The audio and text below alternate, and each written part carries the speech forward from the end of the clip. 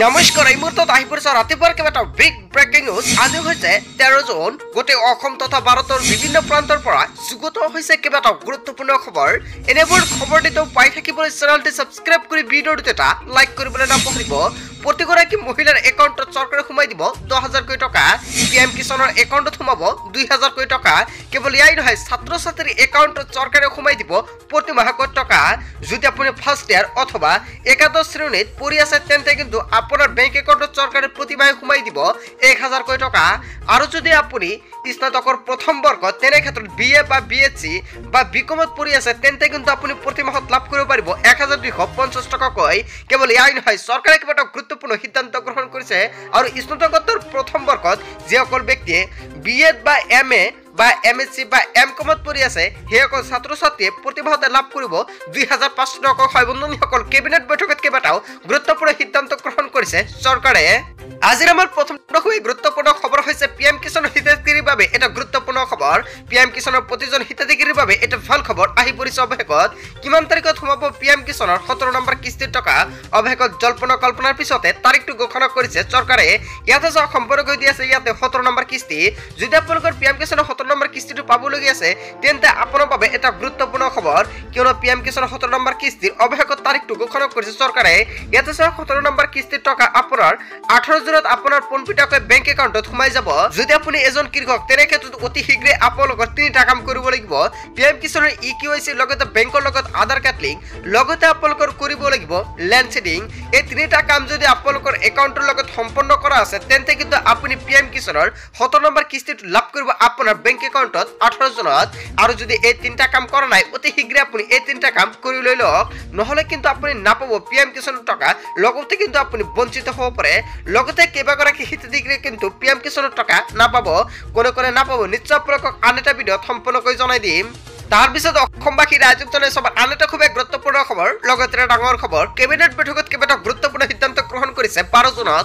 হয়, আপুনি ঠিকেই শুনিছে, সম্পূৰ্ণকৈ ইয়াতে দেখা পাইছে 12 জুনত কেবিনেট বৈঠক গঠন কৰা হৈছিল। আৰু তাতেই অসমৰ মুখ্যমন্ত্ৰী ডক্টৰ হিমন্ত বিশ্ব শৰ্মাই নিযুত মইনা আঁচনিৰ জৰিয়তে কেইবাটাও গুৰুত্বপূৰ্ণ সিদ্ধান্ত গ্ৰহণ কৰিছে। তলত চাওক ইয়াতে সম্পূৰ্ণকৈ দি আছে, এইকেইটা আপোনালোকে প্ৰথমতে চাই লওক। প্ৰথমটো ষ্টেপ দি আছে, চাওক ইয়াতে দি আছে একাদশ শ্ৰেণীৰ নামভৰ্তি কৰা শিক্ষাৰ্থীৰ বাবে 10 মাহৰ বাবে মাহিলী প্ৰদান কৰা হ'ব 1,000 কোটি টকা।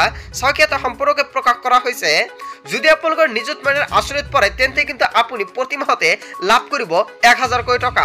কেৱল ইয়াই নহয়, 10 মাহ কিন্তু আপুনি 10,000 কোটি টকা লাভ কৰিব নিযুত মইনা আঁচনিৰ জৰিয়তে। কেৱল ইয়াই নহয়, তলত চাওক ইয়াতে সম্পূৰ্ণকৈ প্ৰকাশ কৰা হৈছে আৰু কোনে লাভ কৰিব এই টকাসমূহ। লগতে কেইবাটাও চৰ্ত বুলিও দি আছে, এই চৰ্ত মানিব লাগিব। তাৰপিছত চাওক ইয়াতে স্নাতকৰ প্ৰথম বৰ্ষত যিসকল ছাত্ৰীয়ে BA বা বিকম বা BScত নামভৰ্তি কৰিছে সেইসকল শিক্ষাৰ্থী 10 মাহত লাভ কৰিব 1,250 টকা অথবা 1,250 টকাকৈ লাভ কৰিব আপোনাৰ বেংক একাউণ্ট যোগে। আৰু কিন্তু আপুনি 10 মাহত লাভ কৰিব, চাওক ইয়াতে সম্পূৰ্ণকৈ কিন্তু উল্লেখ কৰা আছে 12,500 টকা আপুনি লাভ কৰিব পাৰিব। কেৱল ইয়াই নহয়, আপুনি কিন্তু আকৌ লাভ কৰিব টকা এনেকুৱাকৈ কিন্তু আপুনি ষ্টেপ বাই ষ্টেপ টকাটো লাভ কৰি যাব।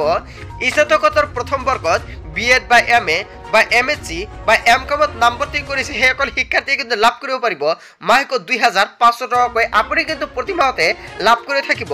আৰু আপুনি কিন্তু সম্পূৰ্ণকৈ দেখা পাইছে 25,000 টকালৈকে কিন্তু মুঠ আপুনি লাভ কৰিব পাৰিব 10 মাহত। হয় বন্ধু-বান্ধৱীসকল, যদি আপুনি এজন ছাত্ৰী তেন্তে আপোনাৰ বাবে ভাল খবৰ।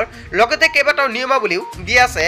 প্ৰথমে চাওক ইয়াতে সম্পৰ্ক দি আছে, দ্বিতীয় বছৰৰ পৰা কোনো আবেদন দাখিল কৰাৰ প্ৰয়োজন নাই। আৰু আপুনি প্ৰথম বছৰত যিখন টকা লাভ কৰিব তাৰ পিছত কিন্তু আপোনাৰ আবেদন কৰিব নালাগে, অটোমেটিকলি আপোনাৰ একাউণ্টত চৰকাৰ পোনপটীয়াকৈ সোমাই যাব। আপোনাৰ কিন্তু প্ৰথমবাৰৰ বাবে ৰেজিষ্ট্ৰেশ্যন কৰিব লাগিব।